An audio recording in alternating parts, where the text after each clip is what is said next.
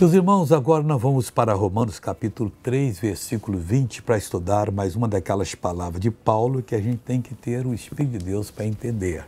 Mas como eu digo, vamos pegar o que nós entendemos, mais na frente Deus conta tudo, porque ele foi muito usado por Deus. Aqui diz assim: por isso, nenhuma carne será justificada diante dele pelas obras da lei, nenhuma.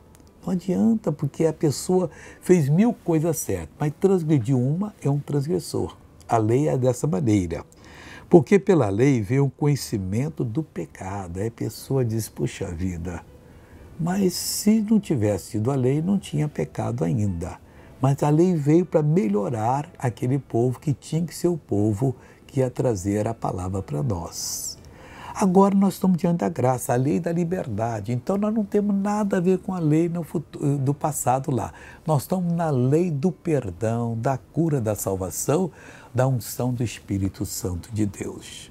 Veja, essa pessoa que creu nessa verdade foi abençoada. Eu já volto. Faz 1 ano e 3 meses que eu peguei o chikungunya, fiquei cega desse olho e agora eu estou enxergando, estou sentindo mais nada. Qual o olho que você não enxergava? Graças a Deus. Qual o olho que você não enxergava? O direito. Tá enxergando agora? Estou enxergando. Já tapou aquele ali? Tapa o outro para mim, o que era bom. Estou enxergando tudo. O que eu estou fazendo? Graças tá com a mão. Ah, dando com a mão assim. Põe a mão de novo ali, tapa. Agora o que eu estou fazendo? Tá com a mão na cabeça. Glória a Deus. Agora eu quero orar com você. Pai, obrigado pela lei da liberdade, em que, ó Deus, não fizemos nada por merecer a salvação, mas fomos salvos.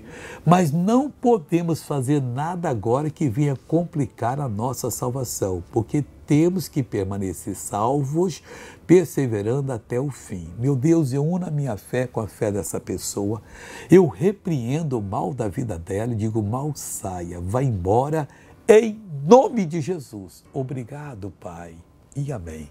Deus te abençoe.